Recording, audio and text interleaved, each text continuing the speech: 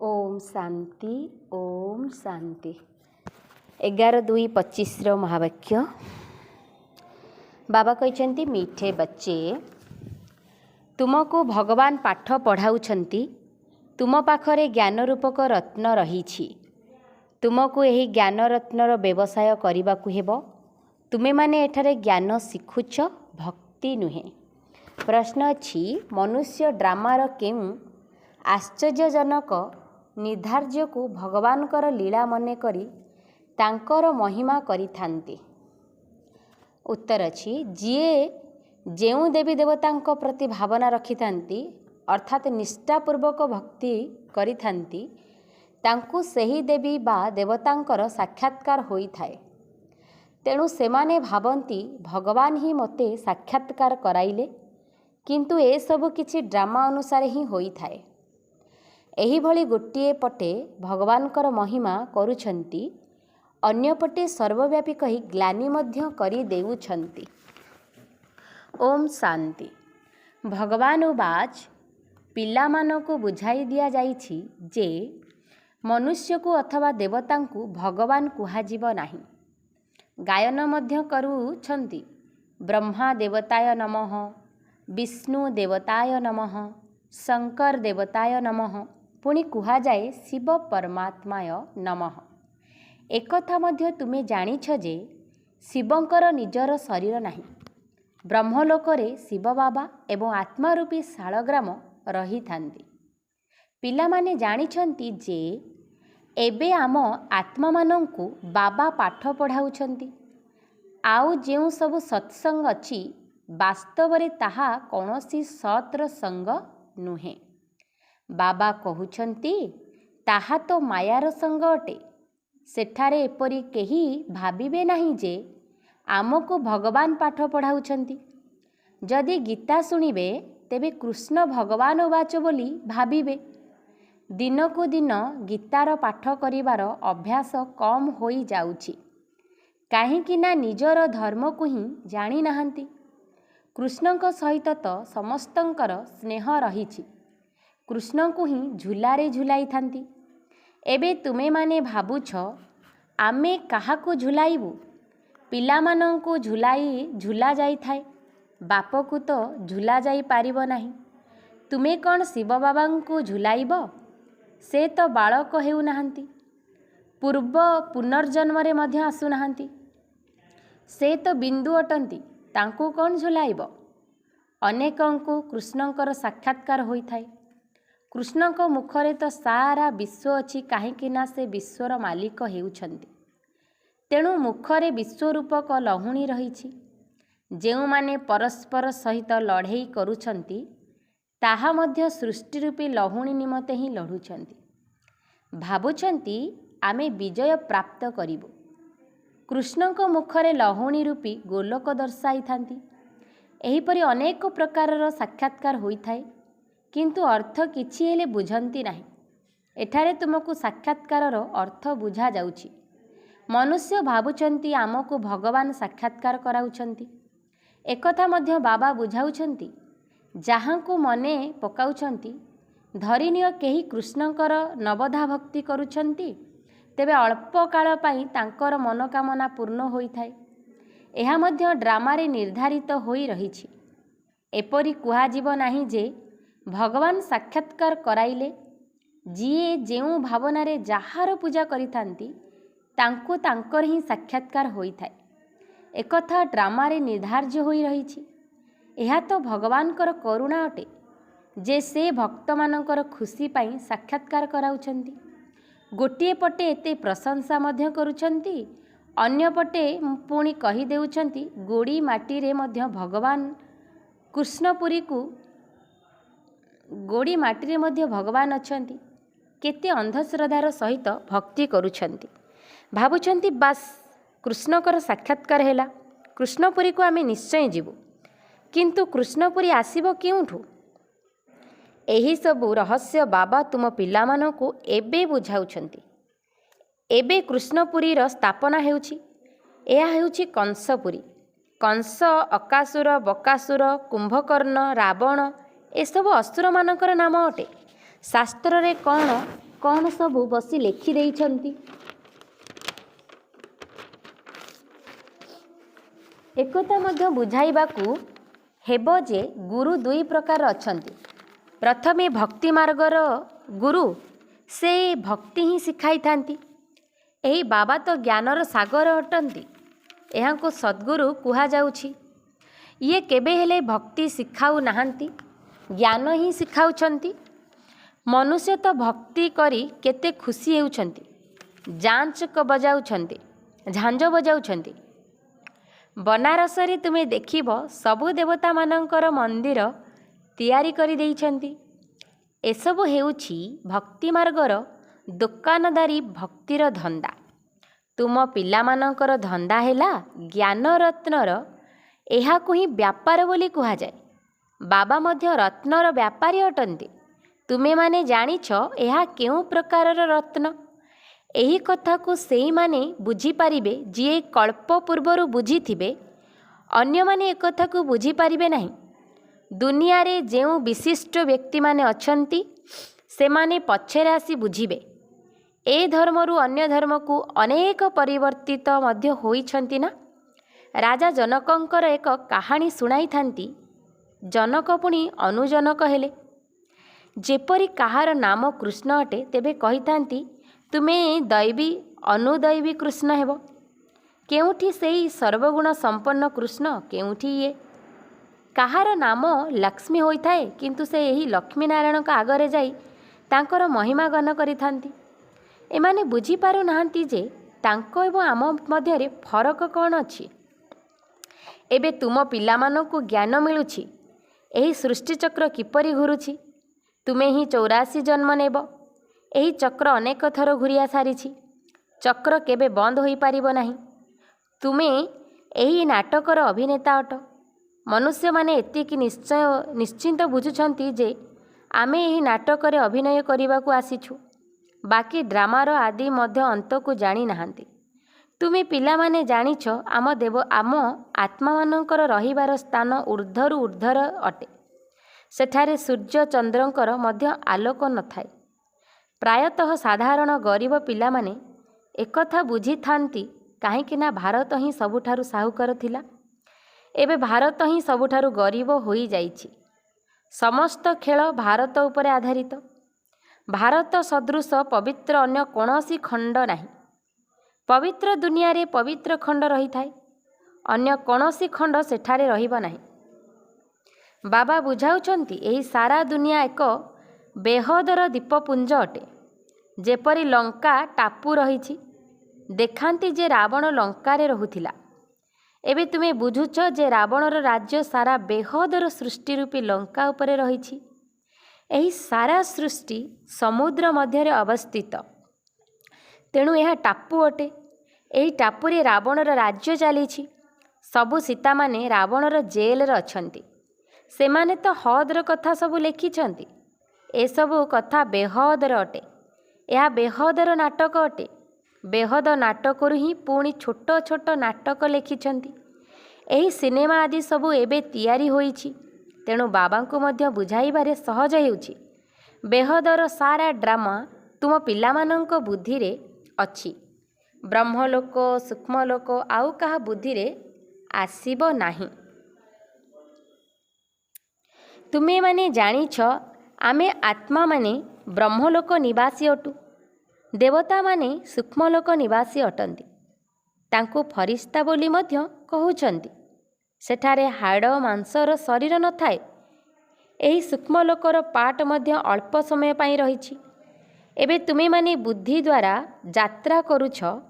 ଭବିଷ୍ୟରେ ଏହି ଯାତ୍ରା ରହିବ ନାହିଁ। ତୁମେ ଆତ୍ମାମାନେ ଯେତେବେଳେ ବ୍ରହ୍ମଲୋକରୁ ଆସୁଛ, ସେତେବେଳେ ଭାୟା ସୂକ୍ଷ୍ମଲୋକ ଦେଇ ଆସୁନାହଁ, ସିଧାସଳଖ ଆସୁଛ। କିନ୍ତୁ ଏବେ ଭାୟା ସୂକ୍ଷ୍ମଲୋକ ଦେଇ ଯାଉଛ। ଏବେ ସୂକ୍ଷ୍ମଲୋକର ପାର୍ଟ ରହି ଚାଲିଛି। ଏହିସବୁ ରହସ୍ୟ ପିଲାମାନଙ୍କୁ ବୁଝାଉଛନ୍ତି। ବାବା ଜାଣିଛନ୍ତି ଯେ ମୁଁ ଆତ୍ମାମାନଙ୍କୁ ବୁଝାଉଛି। ସାଧୁ ସନ୍ଥ ଆଦି କେହି ମଧ୍ୟ ଏହି କଥାକୁ ଜାଣି ନାହାନ୍ତି। ସେମାନେ କେବେ ହେଲେ ଏପରି କଥାବାର୍ତ୍ତା କରିପାରିବେ ନାହିଁ। ବାବା ହିଁ ପିଲାମାନଙ୍କ ସହିତ କଥା ହେଉଛନ୍ତି। କର୍ମେନ୍ଦ୍ରିୟ ବିନା ତ କଥାବାର୍ତ୍ତା କରିପାରିବେ ନାହିଁ। କହୁଛନ୍ତି ମୁଁ ଏହି ଶରୀରର ଆଧାର ନେଇ ତୁମ ପିଲାମାନଙ୍କୁ ପାଠ ପଢ଼ାଉଛି।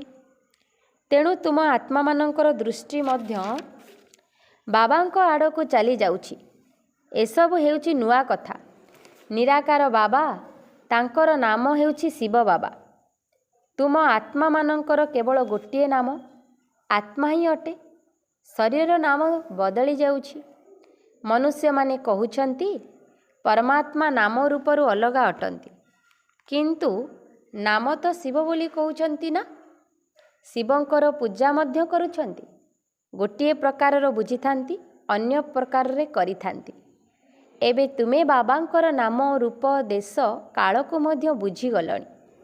ତୁମେ ଜାଣିଛ ନାମ ରୂପ ବିନା କୌଣସି ଜିନିଷର ଅସ୍ତିତ୍ୱ ରହିବ ନାହିଁ।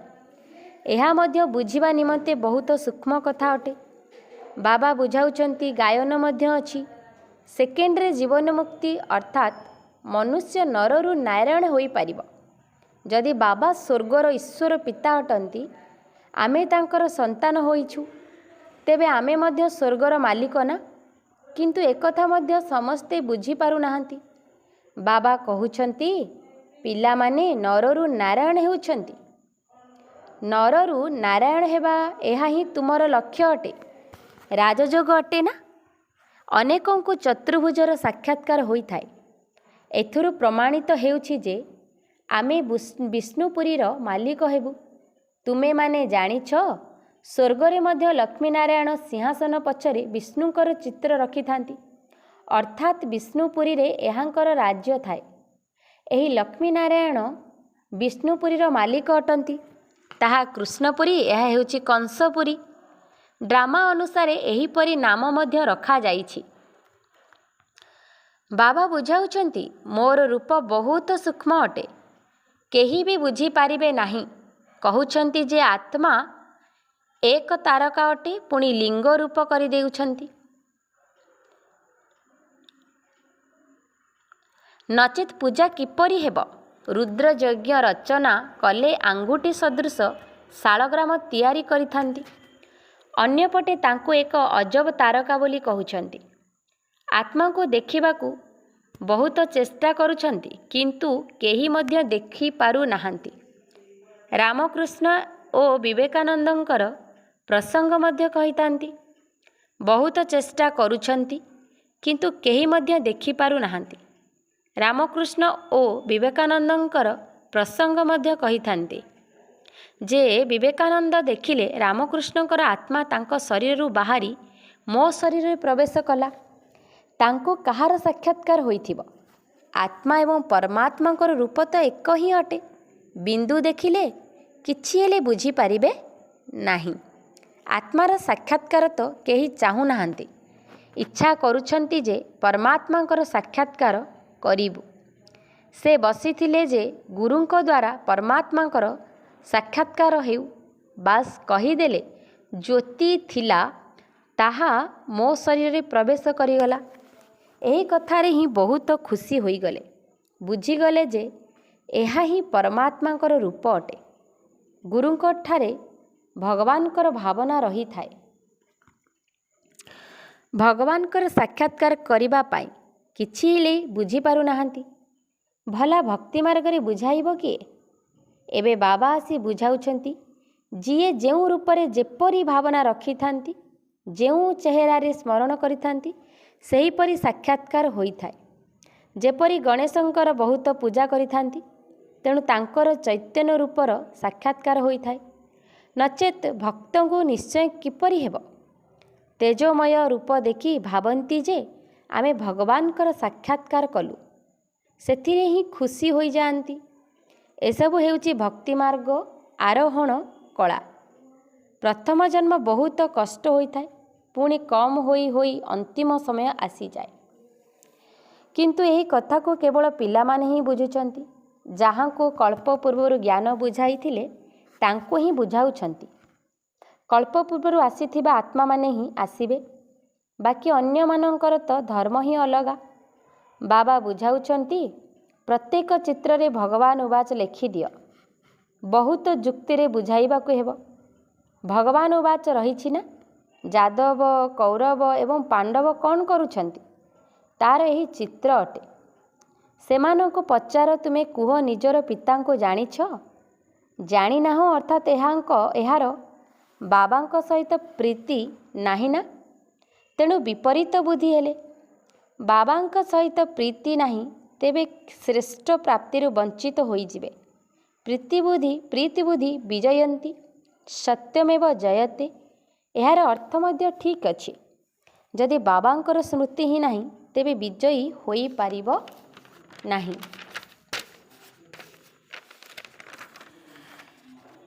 ଏବେ ତୁମେମାନେ ସିଦ୍ଧି କରି କହୁଛ, ଗୀତା ଭଗବାନ ଶିବ ଶୁଣାଇଥିଲେ, ସେ ହିଁ ବ୍ରହ୍ମାଙ୍କ ଦ୍ୱାରା ରାଜଯୋଗ ଶିଖାଇଥିଲେ।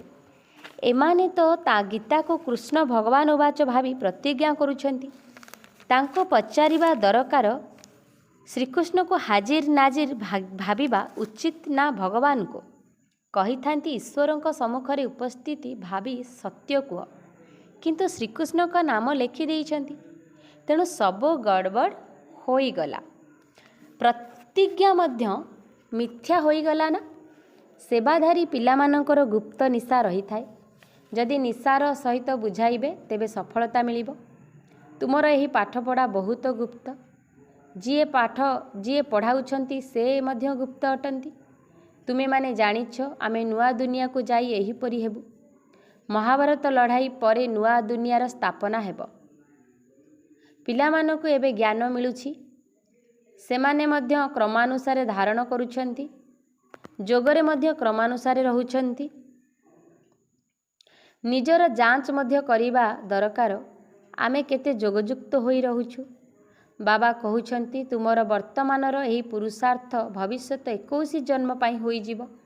ଏବେ ଫେଲ୍ ହୋଇଗଲେ କଳ୍ପାନ୍ତର ଫେଲ୍ ହୋଇଯିବ, ଉଚ୍ଚ ପଦ ପାଇପାରିବ ନାହିଁ। ତେଣୁ ଉଚ୍ଚ ପଦ ପାଇବା ପାଇଁ ପୁରୁଷାର୍ଥ କରିବା ଉଚିତ। ଏପରି ଅନେକ ସେଣ୍ଟରକୁ ଆସୁଛନ୍ତି ଯେଉଁମାନେ ବିକାରର ବଶୀଭୂତ ବି ହେଉଛନ୍ତି ଏବଂ ସେଣ୍ଟରକୁ ମଧ୍ୟ ଆସୁଛନ୍ତି। ଭାବୁଛନ୍ତି ଈଶ୍ୱର ତ ସବୁ ଦେଖୁଛନ୍ତି, ଜାଣୁଛନ୍ତି। ବାବାଙ୍କର କ'ଣ ଦରକାର ଏସବୁ ବସି ଦେଖିବେ? ତୁମେମାନେ ମିଥ୍ୟା କହିବ, ବିକର୍ମ କରିବ, ତେବେ ନିଜର ହିଁ କ୍ଷତି କରିବ। ଏକଥା ତ ତୁମେମାନେ ଜାଣିଛ। ମୁହଁ କଳା କଲେ ଉଚ୍ଚ ପଦ ପାଇପାରିବୁ ନାହିଁ, ତାହା ବାବା ଜାଣିଲେ। ତେବେ ବି କଥା ଏକା ହେଲା ନା। ତାଙ୍କର ଜାଣିବାର କ'ଣ ଆବଶ୍ୟକ ଅଛି? ନିଜେ ବୁଝିବା ଦରକାର ଯେ ମୁଁ ଏପରି କର୍ମ କଲେ ମୋର ଦୁର୍ଗତି ହେବ। ବାବା କ'ଣ ବତାଇବେ? ହଁ, ଡ୍ରାମାରେ ଅଛି ତ କହୁଛନ୍ତି ମଧ୍ୟ। ବାବାଙ୍କୁ ଲୁଚାଇବା ଅର୍ଥାତ୍ ନିଜର ସତ୍ୟାନାଶ କରିବା। ପବିତ୍ର ହେବା ପାଇଁ ବାବାଙ୍କୁ ୟାଦ କରିବାକୁ ପଡ଼ିବ। ତୁମର ଏହି ଚିନ୍ତା ରହିବା ଉଚିତ ଯେ ଆମେ ଭଲ ଭାବରେ ପାଠ ପଢ଼ି ଉଚ୍ଚ ପଦ ପାଇବୁ। କେହି ମରନ୍ତୁ ଅଥବା ବଞ୍ଚନ୍ତୁ, ତାଙ୍କ ଚିନ୍ତା କର ନାହିଁ। ଚିନ୍ତା ରଖିବାକୁ ହେବ ଯେ ବାବାଙ୍କ ଠାରୁ ପୁରା ବର୍ଷା କିପରି ନେବୁ। ଅନ୍ୟମାନଙ୍କୁ ମଧ୍ୟ ସଂକ୍ଷେପରେ ବାବାଙ୍କ ଜ୍ଞାନ ସମ୍ବନ୍ଧରେ ବୁଝାଇବାକୁ ହେବ। ଆଚ୍ଛା, ମିଠା ମିଠା ଶିଖିଲଧି ସନ୍ତାନମାନଙ୍କ ପ୍ରତି ମାତା ପିତା ବାପଦାଦାଙ୍କର ମଧୁର ସ୍ନେହ ସମ୍ପନ୍ନ ଶୁଭେଚ୍ଛା ଏବଂ ସୁପ୍ରଭାତ। ଆତ୍ମିକ ପିତାଙ୍କର ଆତ୍ମିକ ସନ୍ତାନମାନଙ୍କୁ ନମସ୍ତେ। ଆମ ଆତ୍ମିକ ସନ୍ତାନମାନଙ୍କର ଆତ୍ମିକ ବାପଦାଦାଙ୍କୁ ନମସ୍ତେ, ନମସ୍ତେ, ନମସ୍ତେ। ଧାରଣା ପାଇଁ ମୁଖ୍ୟ ସାରାଂଶ ପଏଣ୍ଟ ନମ୍ବର 1 ଅଛି, ଗୁପ୍ତ ନିଶାରେ ରହି ସେବା କରିବାକୁ ହେବ। ଏଭଳି କୌଣସି କର୍ମ କରିବା ଉଚିତ ନୁହେଁ ଯେଉଁ କର୍ମ ମନକୁ ଖାଉଥିବ। ନିଜକୁ ଯାଞ୍ଚ କରିବାକୁ ହେବ ଯେ ମୁଁ କେତେ ସମୟ ବାବାଙ୍କ ସ୍ମୃତିରେ ରହୁଛି। ପଏଣ୍ଟ ନମ୍ବର 2 ଅଛି, ସର୍ବଦା ଏହି ଚିନ୍ତା ରହୁ ଯେ ମୋତେ ଭଲ ଭାବରେ ପାଠ ପଢ଼ି ଉଚ୍ଚ ପଦ ପାଇବାକୁ ହେବ। କୌଣସି ବିକର୍ମ କରି ମିଛ କହି ନିଜର କ୍ଷତି କରିବାର ନାହିଁ। ବରଦାନ ଅଛି, ମନ୍ମନାଭବର ମହାମନ୍ତ୍ର ଦ୍ୱାରା ସର୍ବ ଦୁଃଖ ଅଶାନ୍ତି ଠାରୁ ଊର୍ଦ୍ଧ୍ୱରେ ରହୁଥିବା ସଦା ସୁଖ ସ୍ୱରୂପ ଭବ। ମନ୍ମନାଭବର ମହାମନ୍ତ୍ର ଦ୍ୱାରା ସର୍ବ ଦୁଃଖ ଅଶାନ୍ତି ଠାରୁ ଊର୍ଦ୍ଧ୍ୱରେ ରହୁଥିବା ସଦା ସୁଖ ସ୍ୱରୂପ ଭବ। ଯେତେବେଳେ ବି କୌଣସି ପ୍ରକାର ଦୁଃଖ ଆସୁଛି, ସେତେବେଳେ ମନ୍ତ୍ରକୁ ମନେ ପକାଅ। ତେବେ ଦୁଃଖ ଦୂର ହୋଇଯିବ। ସ୍ୱପ୍ନ ମାତ୍ରରେ ମଧ୍ୟ ଟିକିଏ ବି ଦୁଃଖର ଅନୁଭବ ନ ହେଉ, ଶରୀର ରୋଗୀ ହୋଇଯାଉ, ଆର୍ଥିକ ଅବସ୍ଥା ହଲଚଲ ହୋଇଯାଉ ବା କିଛି ବି ହୋଇଯାଉ, କିନ୍ତୁ ଦୁଃଖର ଢେଉ ତୁମ ଭିତରକୁ ଆସିବା ଉଚିତ ନୁହେଁ। ଯେପରି ସାଗରରେ ଲହଡ଼ି ଆସୁଛି ଏବଂ ଚାଲିଯାଉଛି, କିନ୍ତୁ ଯେଉଁମାନଙ୍କୁ ସେହି ଲହଡ଼ି ସହିତ ଖେଳିବା ଜଣାଅଛି ସେମାନେ ସେଥିରୁ ସୁଖର ଅନୁଭବ କରିଥାନ୍ତି। ଲହଡ଼ିକୁ ଡେଇଁ ଡେଇଁ ଏଭଳି ଅତିକ୍ରମ କରିଯାଆନ୍ତି ଯେପରି ଖେଳ ଖେଳୁଛନ୍ତି। ତେଣୁ ସାଗରଙ୍କର ପିଲାମାନେ ସୁଖ ସ୍ୱରୂପ ଅଟ, ଦୁଃଖର ଲହଡ଼ି ମଧ୍ୟ ନ ଆସୁ। ସ୍ଲୋଗାନ: ପ୍ରତ୍ୟେକ ସଂକଳ୍ପରେ ଦୃଢ଼ତାର ବିଶେଷତାକୁ ବାସ୍ତବିକ ରୂପରେ କାର୍ଯ୍ୟରେ ଲଗାଅ, ତେବେ ପ୍ରତ୍ୟକ୍ଷତା ହୋଇଯିବ। ପ୍ରତ୍ୟେକ ସଂକଳ୍ପରେ ଦୃଢ଼ତାର ବିଶେଷତାକୁ ବାସ୍ତବିକ ରୂପରେ କାର୍ଯ୍ୟରେ ଲଗାଅ, ତେବେ ପ୍ରତ୍ୟକ୍ଷତା ହୋଇଯିବ। ଆଚ୍ଛା, ଓମ୍ ଶାନ୍ତି, ଓମ୍ ଶାନ୍ତି।